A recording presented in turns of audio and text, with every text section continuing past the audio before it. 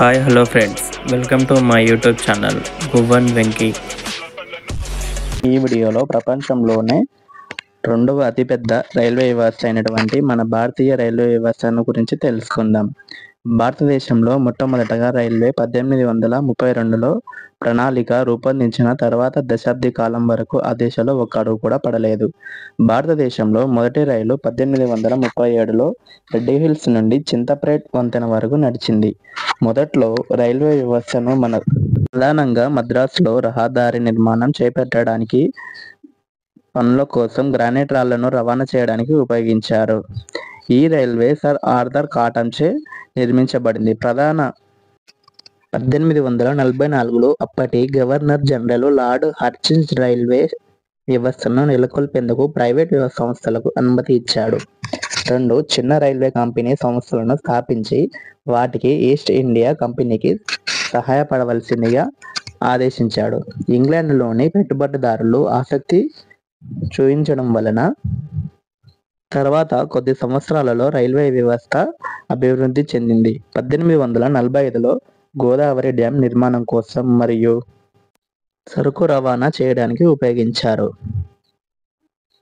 1851లో solani నదిపై ఒక కాల్వ నిర్మాణం కోసం పదార్థాలను రవాణా చేసేందుకు ఉపయోగించబడింది. కొన్నేళ్ల తర్వాత మనకు 1853లో ఏప్రిల్ 16న బాంబే నుండి బోరినందర్ నుండి టానాల వరకు మనకు 34 కిలోమీటర్ల దూరం వరకు మొట్టమొదటిగా ప్యాసింజర్ ప్రయాణికులను నడిపే రైలును ఆంగ్ల ప్రభుత్వం నడిపించింది. ఎల్లప్పుడూ రైల్వే సంస్థలను స్థాపించమంటూ ప్రైవేటు రంగ పెట్టుబడిదారులను ప్రోత్సహించేది. అలా సంస్థలను స్థాపించే వారికి మొదటి సంవత్సరంలో సంవత్సరానికి లాభం 5% తక్కువ కాకుండా ఉండేలా ప్రణాళికను తయారు చేసింది.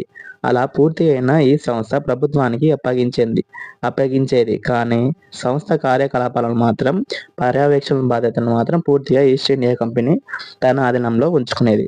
1880 సంవత్సరం నాటికి ఆ రైలు మార్గాల మొత్తం దూరం సుమారు దాదాపుగా 14,500 కిలోమీటర్ల వరకు విస్తరించింది.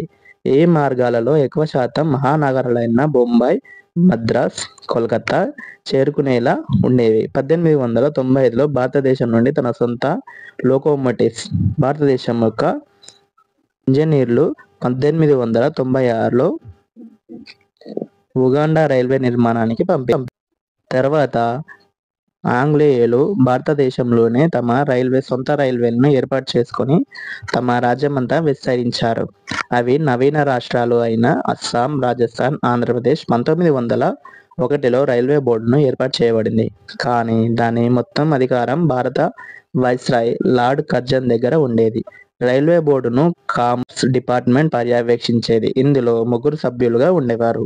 ఒకరు ప్రభుత్వ అధికారి, చైర్మన్, ఇంగ్లాండ్ నుండి ఒక రైల్వే మేనేజరు మరియు 2వ రైల్వే కంపెనీ మరియు ఒక కంపెనీ ఏజెంటు. భారతీయ రైల్వే చరిత్రలో మొట్టమొదటిసారిగా చిన్న సంస్థలు లాభాలను ఆర్జించడం మొదలయ్యాయి. ప్రభుత్వం 1907లో అన్ని రైల్వే కంపెనీలను స్వాధీనం చేసుకున్నది. ఆ తర్వాత సంవత్సరంలో విద్యుత్ లోకోమోటివ్ దేశంలోనే మొదటిసారిగా ప్రవేశించబడింది. కానీ ఇంతలో మొదలైన మొదటి ప్రపంచ యుద్ధం భారతీయ రైల్వే బ్రిటిష్ వారి యుద్ధ అవసరాల కోసం దేశం వెలుపల కూడా ఉపయోగించబడింది. దీంతో మొదటి ప్రపంచ యుద్ధం ముగిసేసరికి రైల్వేలు భారీగా నష్టపోయాయి, ఆర్థికంగా చితికిలబడ్డాయి.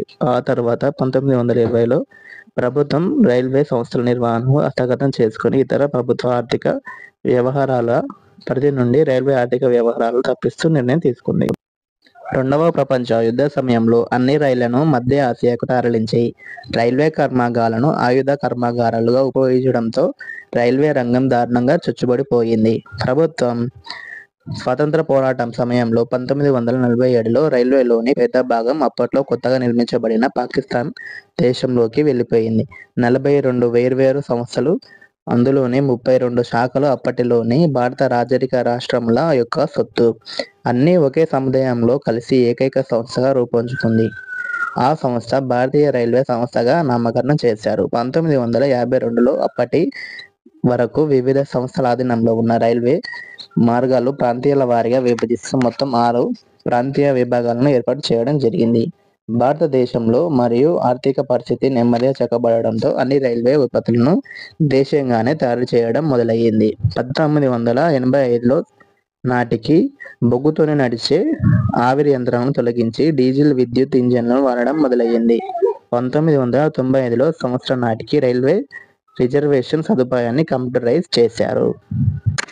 ఇండియన్ రైల్వే మొత్తము 1,08,706 కిలోమీటర్ల మార్గాన్ని కలిగి ఉంది. గంటకి 100 నుండి 160 కిలోమీటర్లు వేగంగా వెళ్లే రైళ్లు ఉన్నాయి. భారతీయ రైల్వే మార్గాన్ని అంటే ట్రాక్ని మనం 3 రకాలుగా విభజించారు. ఒకటి బ్రాడ్ గేజ్, రెండవది మీటర్ గేజ్, మూడవది నారో గేజ్గా నిర్మించారు. ఈ నారో గేజ్ మార్గాన్ని మనము పెద్ద పెద్ద కొండలలో మరియు పర్వత ప్రాంతాలలో మనం చూడవచ్చు. హిమాలయాలు మరియు నీలగిరి పర్వతాలలో కూడా ఈ నారో గేజ్ రైలు మార్గాన్ని కలిగి ఉంది. రైల్వేలు ఉపయోగించిన కొన్ని రైలు మార్గాలను జంతు ప్రదర్శనశాలలో ఉపయోగిస్తున్నారు. రైలు పట్టాల కింద ఉపయోగించే స్లీవర్స్ ఎక్కువ భాగం కాంక్రీట్తో తయారైనప్పటికీ కొన్ని పాత రైల్వే మార్గాలలో టేకు, మహాగని వంటి చెక్క స్లీపర్స్తో వాడకంలో కూడా ఉన్నాయి. కాంక్రీట్ స్లీపర్స్ వాడడం వీలు కాని ప్రదేశాలలో లోహపు స్లీపర్స్ కూడా వినియోగించడంలో ఉంది. సామాన్యంగా ప్రతి ట్రైన్ వెనుక గార్డుకు ఒక ప్రత్యేకమైన బోగి కేటాయించబడి ఉంటుంది. ఈ గార్డు ట్రైన్ బయలుదేరే ముందు అన్నీ సరిగ్గా ఉన్నాయో లేదో చూసి ముందు ఉండే డ్రైవర్కు సంకేతాలను ఇవ్వవలసి ఉంటుంది. సాధారణంగా ప్రతి ప్రయాణికులు ట్రైన్కు 4 సాధారణ బోగీలు ముందు 2, వెనుక 2 ఉంటాయి. అందులో ఒకటి ఆడవారికి కేటాయించబడి ఉంటుంది. ప్రతి ట్రైన్కి ఉండే బోగీలు ఆ సంఖ్య మార్గాన్ని ఉండే రద్దీని బట్టి ఉంటుంది. అవసరాన్ని బట్టి సామాన్ల కోసం మరియు ఉత్తరాలను తీసుకెళ్లడానికి ప్రత్యేక రైలు బోగీలను అనుసంధానించి ఉంటాయి. దూర ప్రాంతాలు చేసే ట్రైన్లలో వంట సదుపాయం ఉండే ప్రత్యేక బోగీ కూడా ఉంటుంది. రైళ్ల పేర్లు అనేది వివిధ మార్గాలుగా విభజించబడ్డాయి. వీటి ప్రకారం వాటి ప్రాముఖ్యత అవి తిరిగే ప్రదేశాలను బట్టి ఉంటుంది. హైదరాబాద్లోని చార్మినార్ కట్టడానికి గుర్తుగా హైదరాబాద్ మరియు చెన్నైల మధ్య నడిచే ట్రైన్ని మనం చార్మినార్ ఎక్స్ప్రెస్గా అని పేరుంటుంది. అలా ప్రాంతాలను బట్టి ఆ ప్రాంతం యొక్క ప్రత్యేకతను బట్టి ఆ ట్రైన్కి పేర్లు అలా పెట్టడం జరుగుతుంది. భారతీయ రైల్వేలను మొత్తం 16 మండలాలుగా ఒక ఉపమండలంగా విభజించడం జరిగింది. ఉపమండలం పేరు కొంకణ్ రైల్వేగా విభజించారు. మొత్తం 16 మండలాలుగా విభజించడం జరిగింది. ఇప్పుడు మనం వేగంగా నడిచే రైళ్ల గురించి తెలుసుకుందాం. ముఖ్యంగా అందులో Rajdhani express, Shatabdi, Janshatabdi express, super fast express లేక మెయిల్ ఎక్స్ప్రెస్, ప్యాసింజర్స్ మరియు సబర్బన్ రైళ్లు